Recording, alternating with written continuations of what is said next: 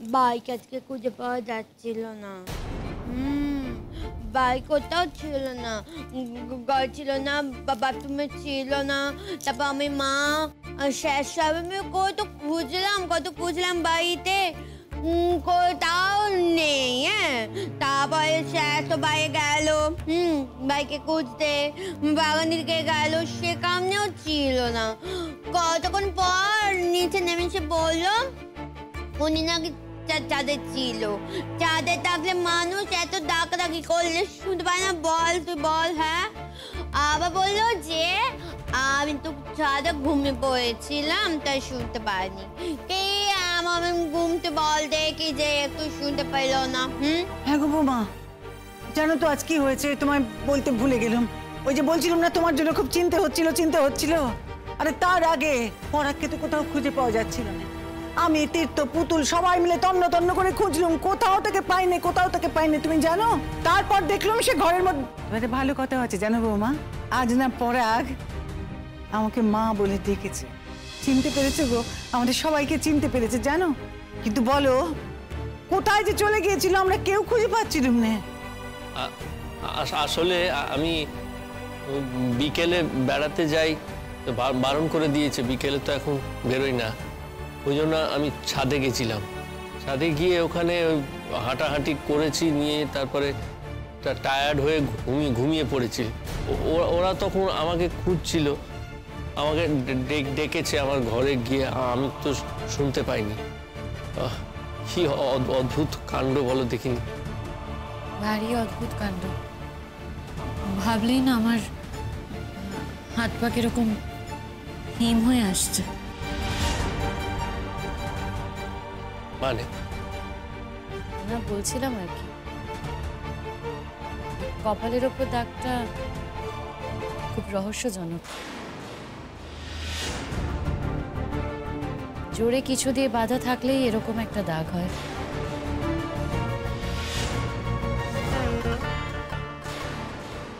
তীর্থদা phone করেছিল, বললো বৌদি নাকি কিসব মিষ্টি টিষ্টি সব নিয়ে এসছে বাড়ির সবার জন্য। তো আমাদের বাড়ি ফিরতে লেট হচ্ছে, সেই জন্য ফোন করে খোঁজ নিল। ট্র্যাপে ফেলবে না তো? কি ট্র্যাপ? মানে কিসের ট্র্যাপ? পুলিশ? আরে বাবা তুমি কি বলছো? তোমার কি মাথা খারাপ হয়ে গেছে নাকি? পুলিশ কি করে জানবে যে আমরা এই কাজটা করেছি? তাছাড়া আমার মনে হয় না যে তীর্থদা আমাদেরকে কোনো রকমের কোনো ট্র্যাপে ফেলতে পারে বলে। কি? তুমি আমাকে একটা কথা বলো, কোনোদিন আমাদেরকে ফোন করে জানানো হয় যে বাড়িতে মিষ্টি আনা হচ্ছে? বাড়িতে যাই তবে জানতে পারি, আজকে হঠাৎ করে ফোন করে কেন জানাচ্ছে যে মিষ্টি আনা হচ্ছে? আরে বাবা জানাচ্ছে তো তীর্থদা, ও তো অন্যদিন থাকে না। ও তো সাধারণের মার নেই না পলাশ, আমাদেরকে ওদের কাছ থেকে সাবধানে থাকতে হবে। আর তাছাড়া আরো একটা ব্যাপার আছে, যে ওকে বাঁচালো কে সেটা কিন্তু আমরা বুঝতে পারিনি। সেটা না, আমিও না সেটা ঠিক বুঝতে পারলাম না যে কি এরকম ভাবে হঠাৎ করে এলো। মানে কেমন একটা পুরো ঢাকা। আচ্ছা পুলিশের কেউ নয় তো নাকি? তোমার দাদা নয় তো? কি বলছো কি? তোমার কি মাথা খারাপ নাকি? দাদা হাঁটতে চলতেই পারে না। আর এদিকে তা অবশ্য ঠিক, কিন্তু ওই দৌড়ানোর ভঙ্গিটা না আমার অনেকটা একই রকম লাগলো। একটা পা টেনে টেনে সামনের দিকে চলে না দাদা, ঠিক ওই রকম। আমি যদিও ছায়া দেখেছিলাম কিন্তু। আরে না রে বাবা, ওসব কিছু না। তুমি অত দূর থেকে রাতের অন্ধকারে কি না কি দেখেছো তার তো কোনো গ্যারেন্টি নেই। আর দাদা আসবেই বা কোত্থেকে? দাদা তো হাঁটা চলাই করতে পারে না। তবে হ্যাঁ, কেউ একজন তো ছিল যে ওর সাপোর্টার। সেটা কে সেটা আমাদের খুঁজে বার করতে হবে, তা না হলে কিন্তু আমরা আমাদের কোনো কাজ ফ্রিলি করতে পারবো না। আজকের দানটা না পুরোটাই ফসকে গেল। সে তো গেলই, ওই রাতের অন্ধকারে ওখানে কেউ একজন বাঁচাতে আসবে ওকে, সেটা জানবো কি করে? পুলিশের লোক হলে অন্য ব্যাপার ছিল। এটাই তো মজা, সে পুলিশের লোক নয় অথচ সে জানলো কি করে? সে জানলো কি করে যে ওখানে ওই রাতে এরকম একটা দুর্ঘটনা ঘটবে শিমুলের সাথে? আমার মনে হয় লোকটা এদিকেই কোথাও থাকে জানো, কিন্তু সে নিজেকে ওরকম আপাদমস্তক ভাবে ঢেকে রেখেছিলই বা কেন? আমার কি মনে হয় বলো তো, যে ওকে বাঁচিয়েছে সে আমাদের খুব চেনা, আর সে জানতো যে আজকে রাত্রে আমরা এটা করব। তুমি যে কি বলো না প্রতীক্ষা, সে গোয়েন্দা সংস্থার গোয়েন্দা গল্পগুলোর মতো করে ফেলছে এই ব্যাপারটাকে। শোনো, শিমুলকে যে আমরা কিডন্যাপ করবো এই ব্যাপারটা তুমি আর আমি ছাড়া কেউ জানতো না। তাহলে যে ওখানে ওকে বাঁচাতে আসলো সে কি করে জানবে? না, আর একজন জানতো পলাশ। আর একজন কে? তোমার দাদা। তাকে তো এলেবেলে ধরে নিয়ে আমরা তার সামনে গুছিয়ে সমস্ত প্ল্যানিং করে ফেলেছি। না না, কিন্তু এটা তো হতে পারে না। দাদা বাড়ি থেকে বেরিয়ে দৌড়ঝাঁপ করে পুলিশের ছদ্মবেশ ধরে আমাদের চোখে ধুলো দিয়ে ওকে বাঁচিয়ে নিয়ে যাবে, এটা তো হয় না। কি গো, কি ভাবছো? হ্যাঁ, কি ভাবছো? না মানে তুমি ঠিকই বলেছো, কিন্তু কেন জানি না আমার মনে হচ্ছে এর মধ্যে একটা রহস্য লুকিয়ে আছে। রহস্য তো একটা আছেই, সেটা কি সেটা আমাদের জানতে হবে। সে তো জানতে পারবোই, কিন্তু পুলিশ যতই পেট্রোলিং করুক না কেন বা যত কড়া নজরদারি করুক না কেন, আজকের ঘটনার জন্য আমাদের শনাক্ত করো না পুলিশের পক্ষে একটু মুশকিল। আমি 500% সিওরিটি দিতে পারি আজকে শিমুলও বুঝতে পারেনি তুমি ওকে অ্যাটাক করতে গেছিলে।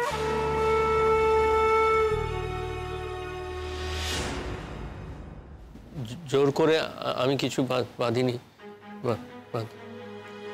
ওই বালিশে মাথা রেখে শুয়েছিলাম অনেকক্ষণ, সেটা।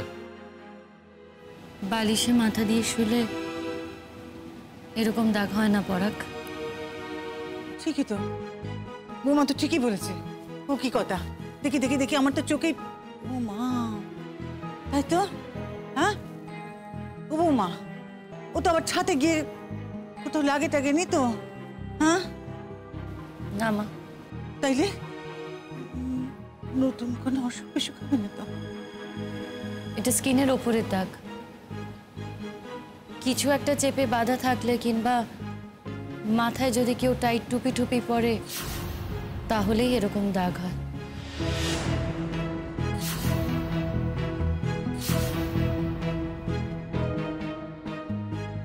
টুপি টুপি টুপি তো আমি পরিনি, কিছু সেরকম টুপি পরিনি। তুমি কি বলছো আমি বুঝতে পারছি না। না না পরাগ, দেখে মনে হচ্ছে বলেছে টুপি ছিল, এটা তো বলছে না। টুপি না হলেও কোনো কিছু দিয়ে একটা কিছু বাঁধা ছিল, আর সেটা খুব টাইট ছিল। তা না হলে তো এরকম হবে না। তুমি কি বলছো বলো তো? না, আমি এখনো কিছু বলিনি, ভাবছি।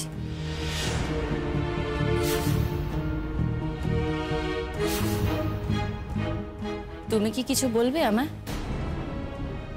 আমি তো বুঝতেই পারছি না আমার কি বলার থাকবে। তুমি কি বলছো আমি কিছু বুঝতে পারছি না। তাহলে থাক, আমি একটু ভাবি। আজকে যে ঘটনাটা ঘটেছে সেটা আমাকে বিহ্বল করেছে।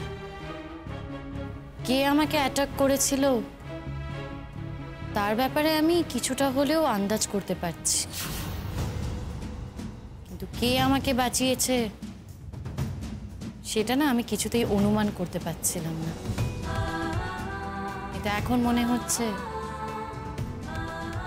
ক্লু পাচ্ছি। মানে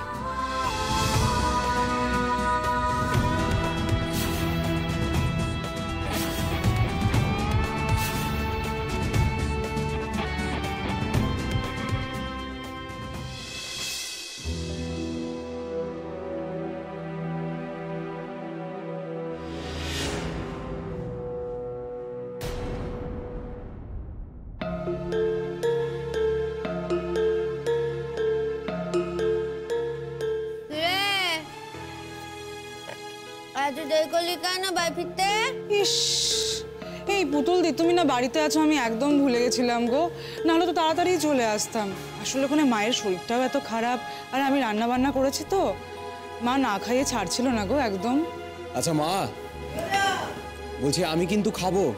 সে কি, শ্বশুরবাড়ি থেকে খেয়ে আসোনি? কেন, তোমার খুব অসুবিধা হচ্ছে? এ বাবা, আমার কেন অসুবিধা হবে? তোমার বাড়ি তুমিই খাবে, কিন্তু ওই এক রাতের মধ্যে দুবার খাবে তো, তাই বললাম আর কি। পলাশ, তুমি কি শ্বশুর বাড়ি থেকে আধ পেটা খেয়ে এসেছো নাকি? না আসলে আমার বাড়ির খাবার না খেলে না পেটের ভাত হজম হয় না। মা জানে কি? মা তুমি জানো না, বলছো না কেন? ও কি কথা? খাবি তো খা না, রান্না তো করাই আছে। ও কি কথা?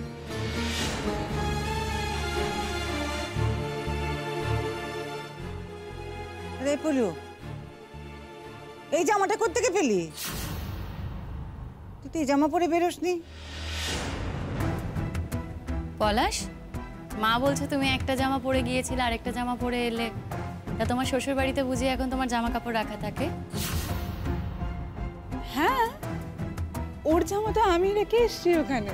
কখন যাওয়া হবে না হবে সেসবের জন্যই আর কি। আরে আর বলো না, আজকে কি হয়েছে জানো? উনি নাকি আমার হেল্প করবেন রান্নাতে। হ্যাঁ, ডিম ফাটাতে গেছে, ফাটাতে গিয়ে ছিটকে এসে জামায় লেগেছে, ব্যাস সেই জামা পরে চলে আসছিল। বললাম দাঁড়াও দাঁড়াও, তোমার জামা আমি অনেক আগে থেকে এখানে রেখে দিয়েছি, আর কি চেঞ্জ করিয়ে দিলাম। দেখো আমি তো এত কাজ করলাম, আমার তো কই কিচ্ছু হলো না। কিন্তু আমার কি মনে হয় জানো প্রতীক্ষা, তোমার থেকে বোধহয় বেশি কাজ পলাশই করেছে। কি বলতে চাইছো তুমি শিমুলদি? তোমার দেওরকে আমি আমার বাপের বাড়িতে নিয়ে গিয়ে অনেক কাজ করিয়েছি। জিজ্ঞেস করো তো ওকে, ওই একটা ডিম ফাটানো ছাড়া ও আমার কি কি কাজে হেল্প করেছে জিজ্ঞেস করো না, তুমি জিজ্ঞেস করো। না না, আমি শ্বশুর বাড়িতে কাজ করতে গেছিলাম নাকি? তোমার মায়ের শরীর খারাপ, তুমি কাজ করছিলে, আমি তো বসে বসে বোর হচ্ছিলাম, তাই আমি ভাবলাম তোমায় হাতে হাতে একটু সাহায্য করে দিই। তারপর দাদা, তুই এখনো ঘুমোসনি? আমি ঘুমোলে তুই খুব আনন্দ পাস, আমি জানি। মানে তুই ঘুমোলে আমার আনন্দের কি আছে? আমি তো তোর জন্যই বললাম। তাছাড়া তুই যত রেস্ট নিবি তত ভালো থাকবি। তোমার দাদা কথা কিছু মাইন্ড করো না, ওকে তো জানো এখন অর্ধেক কথাই উল্টো করে ধরে। আমার ক্ষেত্রে এরকমই করে। এই বলছি, আজকে আমি যখন স্কুল থেকে ফিরছিলাম তোমরা কি ওই রাস্তা দিয়ে যাচ্ছিলে?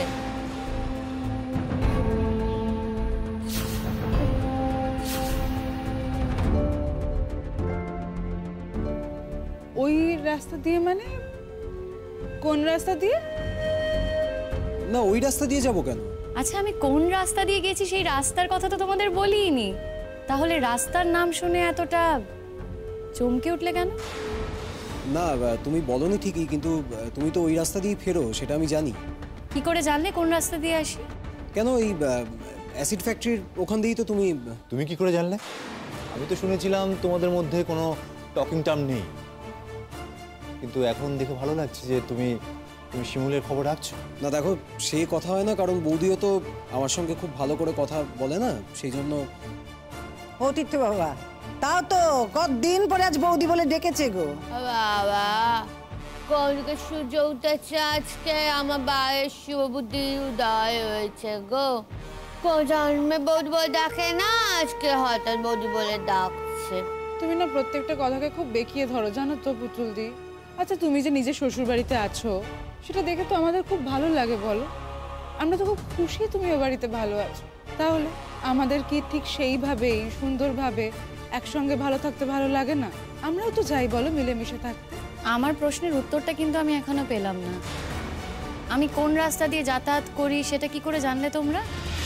কি করে জানলে পলাশ? মানে তোমার সাথে তো আমার সেভাবে কথাই হয় না। আর আমি যখন বাড়িতে এসেছি তখন তো তুমি বাড়িতে ঢোকোনি। না, আমি তো অনেকদিন দেখেছি তোমাকে ওই রাস্তা দিয়ে আসতে, তাই বললাম। আমারও মনে হলো জানো তো, আমি বোধহয় আজ ওই রাস্তায় তোমাদেরকে দেখেছি, মনে হলো। তোমরাও শর্টকাট নিচ্ছিলে? না না, আমি তো ওই রাস্তা দিয়ে আসতেই চাই না, আমার তো ওইদিকে বাড়ি নয়ও। ওটা একটু শর্টকাট পড়ে ঠিকই, পলাশ মাঝে মাঝে বলেও আমাকে ওই রাস্তা দিয়ে আসার জন্য, কিন্তু আমি না করি। কেন বলো তো? খুব অন্ধকার জানো তো, জায়গাটা গা ছমছম করে, কি থেকে কি হয়ে যায়, সেই জন্য আমি কোনোদিন ওই রাস্তা দিয়ে যাতায়াত করি না গো। হ্যাঁ প্রতীক্ষা, ওই রাস্তা দিয়ে কিন্তু যাতায়াত করো না, ওই রাস্তাটা তো ভালো নয়, বিপদের মধ্যে পড়তে পারো। আজ কিন্তু আমিও বিপদের মধ্যেই পড়েছিলাম। বিপদ বলে বিপদ, বাপরে বাপ, যেন প্রাণ হাতে নেই বসে থাকা। বলো, বৌমা যখন স্কুল থেকে ফেরত আসে বাড়িতে, ওই পথ দিয়ে আসার সময় কে যেন বৌমার গলা টিপে ধরেছিল, বৌমাকে মারতে গেছিল। আবার আর এক কি যেন একজন, সে এসে আবার বৌমাকে বাঁচিয়েও দিয়েছে। সে কি, তাই নাকি? অবাক হয়ে যাচ্ছ? হ্যাঁ, তা অবাক হব না। তা ঠিক কোনটাতে অবাক হচ্ছ? আমাকে কে মারতে চেয়েছিল সেটা ভেবে, নাকি কে আমাকে বাঁচিয়েছে সেটা ভেবে? দেখো আমি তোমার কথা কিন্তু ঠিক বুঝতে পারছি না। আগো তুমি কিছু বুঝতে পারছো না, ছোট বাচ্চা তো তুমি। শিমুলের একজন গল্পে ধরেছে, কথাটা তুমি বুঝতে পারছো না গো। একজন বাচ্চাতে গেছিল, এটাও তুমি বুঝতে পারছো না। গঙ্গারাম হয়ে গেছো তুমি। কি হয়েছে গো শিমুলদি, একটু খুলে বলো না। আর খুলে বলার তো কিছু নেই। কারোর মনে হয়েছে যে এই পৃথিবীতে আমার বেঁচে থাকা উচিত নয়, তাই মেরে ফেলার চেষ্টা করেছিল।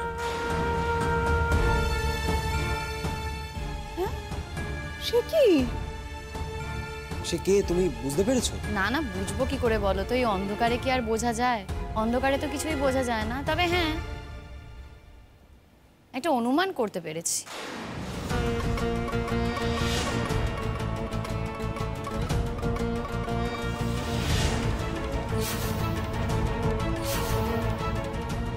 আমি আবার একটু বেশি বুঝে ফেলি তো।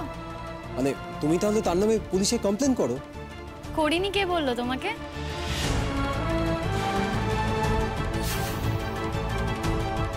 কে বলো তো? তোমাদের পাড়ার কেউ নাকি ওই শতদ্রু? না প্রতীক্ষা, শতদ্রু নয়। আর যাই হোক, শতদ্রু কোনোদিনও আমাকে মেরে ফেলার চেষ্টা করবে না, এইটুকু নিশ্চয়ই তুমি আন্দাজ করতে পারো। না দেখো, তোমার তো অনেক শত্রু হয়েছে, আর শতদ্রুর সঙ্গে তো তোমার বিয়ের কথা ঠিকও হয়েছিল, কিন্তু আলটিমেটলি তো সেই বিয়েটা তোমার সঙ্গে ওর হয়নি। তাই হয়তো শতদ্রু এখন যখন দেখছে যে তুমি দাদার সঙ্গে সুখে শান্তিতে ঘর সংসার করছো, তারপর তুমি চাকরি বাকরিও করছো, হয়তো সেই হিংস্রতা থেকেই শতদ্রু তোমাকে এটা করতে চেয়েছে, মানে এই পৃথিবী থেকে সরিয়ে দিতে চেয়েছে। দেখো আমি এটা বলছি না, কিন্তু হতেও তো পারে। মানে মানুষের কখন কি হয় সেটা তো বলা যায় না, না? তা নাহলে তোমাকে গলা টিপে ধরার মতো আর কেই বা আছে বলো? কিন্তু কে বাঁচালো সেটাই তো বুঝতে পারছি না। আশ্চর্যের ব্যাপার, যে বাঁচালো সে নিজের পরিচয়ও দিল না। শিমুলের বেঁচে থাকাটা যে দাম দেয় সেই ওকে বাঁচিয়েছে।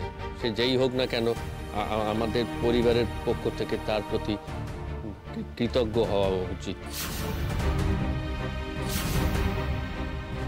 না না, 100 বার। একজন মানুষ বিপদে পড়েছে আর একজন মানুষ তাকে বাঁচিয়েছে, হয়তো সে এত কিছু ভেবেই বাঁচায়নি, হয়তো সে এমনিই বাঁচিয়েছে। সেই তো। কিন্তু জানলো কি করে বলো তো যে আমি বিপদে পড়তে পারি? না মানে ওই রাস্তায় তো কেউ আর দাঁড়িয়ে বসে থাকে না, শর্টকাট নেওয়ার জন্যই যাতায়াত করে, তাই জানারও কথা না, তাই না?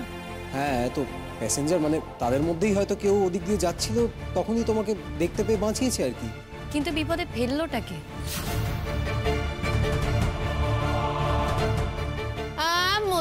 যা কে বিপদে ফেলেছে? আগলে বলছো আমার বাবাটা বিপদে ফেলেছে, এখন তো সেই কথাটা বলতে পারছি না। ভাই ফেলেছে মানে? দাদা তো এখন যথেষ্ট ভালোবাসে শিমুলদিকে, বললে হবে? বাবা বেশি শিমুলকে তোমার বলতে পারছি সে কথা? আমি জানি না দাদাভাই ভালোবাসি কে বাসে না ভালো। দাদাভাইয়ের কথা আমি মোটে বলি না। তাহলে কার কথা বলছো? যে আগে ভালোবাসতো না, এখনো ভালোবাসে না, ভবিষ্যতে কিন্তু ভালোবাসবে না, তার কথা বলছি।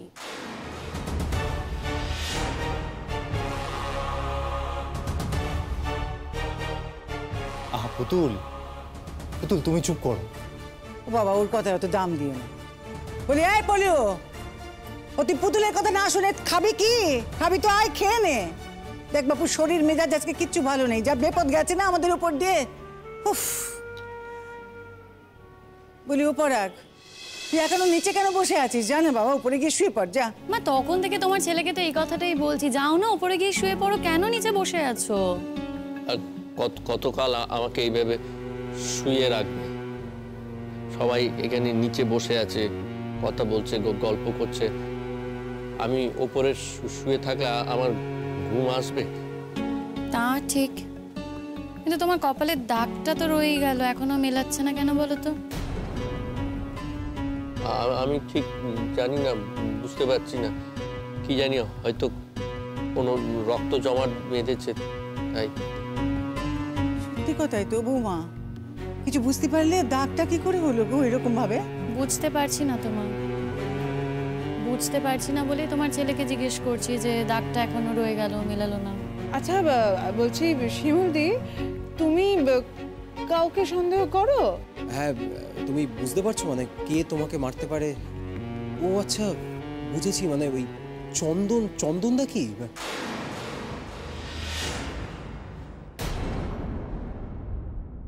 চন্দনদা আবার এর মধ্যে কোথা থেকে এলো? না দেখো, চন্দনদার সংসারটা তো ভেঙেই গেছে, কারণ তুমি তোমার বন্ধুরা মিলে গিয়ে ওসব কীর্তিকাহিনী তো সব ফাঁস করেছো, সেই জন্য সমাজের চোখে ও তো ভিলেন হয়েই গেছে। আর সেই জন্য ওর একটা রাগ তো থাকবেই তোমার ওপর, না? মানে আচ্ছা তীর্থদা, তুমি বুঝতে পারছো তো আমি কি বলছি? মানে তুমি না একটা জিনিস বুঝতে পারছো না, চন্দনদা কেনই কাজ করবে? চন্দনদার যদি রাগ থাকে, সেটা কি শুধু আমার ওপর রাগ থাকবে? বাকি দুজনের ওপর রাগ থাকবে না? আমি তো আর একা কিছু করিনি, বাকি দুজনও ছিল। যদি আমাকে মেরে ফেলার চেষ্টা করে, তাহলে বাকি দুজনকেও মেরে ফেলার চেষ্টা করবে, সেটাই তো হওয়া উচিত। না দেখো, এখন হয়তো তোমাকে টার্গেট করেছে, এরপরে হয়তো লাইনে আরো কয়েকজন আছে, মানে প্রথমে তোমায় মারছে, তারপর তাদেরকে। দেখো, আমার মনে হয় না চন্দনদার অত সাহস আছে বলে। আর সেই দিক থেকে যদি আমরা দেখি, আমরা কিন্তু চন্দনদার সাহায্যই করেছি, সত্যিটা সামনে এনেছি। আর চন্দনদা এখন সংসার করছে বউকে নিয়ে, মেয়েকে নিয়ে। একদিক থেকে ভালোই হয়েছে, বিপাশাদিও বেরিয়ে গেছে, বিপাশাদিও ডিভোর্সটা নিয়ে নিয়েছে। তাই আমার মনে হয় না চন্দনদা এরকম কিছু করবে বলে। আমার মনে হয় এমন কেউ একটা করেছে এই কাজ, যার নিজের স্বার্থ জড়িয়ে আছে, যার আমাকে না মেরে কোনো উপায় নেই, আর সেই আমাকে মারতে চেয়েছে।